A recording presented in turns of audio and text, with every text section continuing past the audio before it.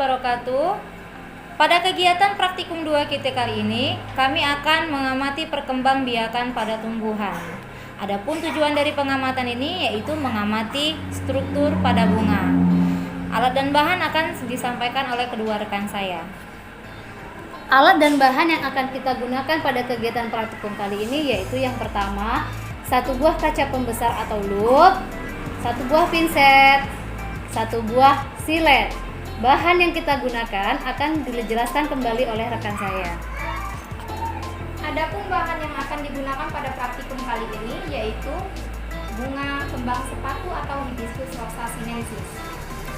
Adapun cara kerja pada kegiatan praktikum kali ini yang pertama, mengamati bagian-bagian bunga dengan tanpa merusaknya. Perhatikan bagian kelopak, mahkota, benang sari, putik, dan dasar bunga. Yang kedua, menggambar hasil pengamatan pada lembar kerja dan melengkapi pada keterangan gambar. Yang ketiga, mengamati bagian kelopaknya, catat bentuk dan warna kelopak yang diamati. Yang keempat, amati pula mahkota bunganya, catat bentuk dan warnanya.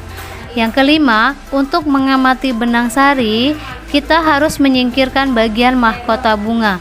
Hitunglah jumlah benang sari yang ada, apakah benang sari melekat pada mahkota bunga. Catat hasil pengamatan. Dengan menggunakan kaca pembesar atau lup, amatilah bagian kepala sari atau antera, apakah Anda melihat adanya serbuk sari yang bentuknya mirip debu pada kepala sari. Yang keenam, amatilah bagian putik yang biasanya terletak di bagian tengah bunga. Catatlah bagaimana bentuk putik bunga tersebut. Perhatikan bagian ovarium, tangkai putik, dan kepala putiknya.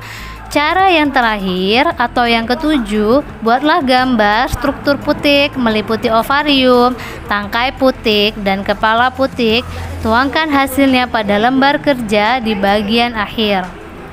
Hasil dari pengamatan yang dilakukan yaitu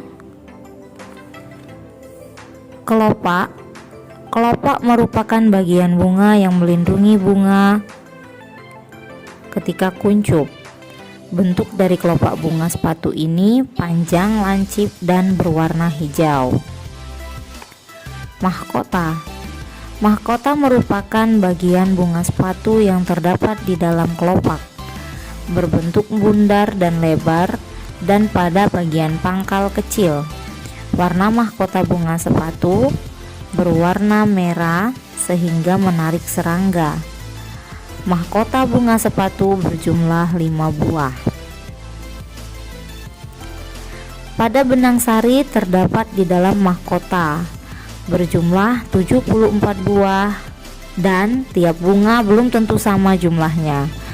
Pada kepala benang sari terdapat serbuk sari yang berbentuk seperti serbuk atau debu dan berwarna kuning. Benang sari tidak melekat pada mahkota bunga. Benang sari berfungsi sebagai alat perkembangbiakan jantan tumbuhan. Pada bagian putik bunga, merupakan alat perkembangbiakan betina pada tumbuhan, di mana pada bunga sepatu terdapat 5 buah putik yang berwarna merah pada ujungnya. Ketika bunga sepatu disayat secara vertikal, maka akan tampak ovarium atau bakal buah yang berbentuk rongga, di mana di dalamnya terdapat ovulum atau bakal biji. Ovulum melekat pada dinding ovarium melalui sebuah tangkai.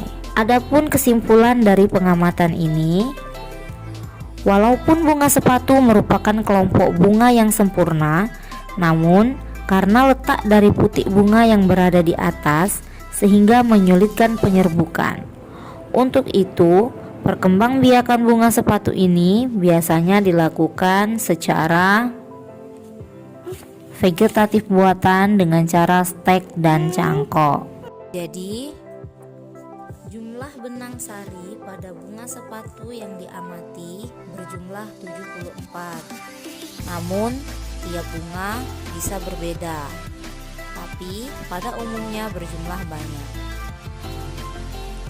Adapun fungsi dari benang sari, yaitu benang sari merupakan alat perkembangbiakan jantan pada tumbuhan. Sedangkan fungsi pada putik berfungsi sebagai alat perkembangbiakan betinanya.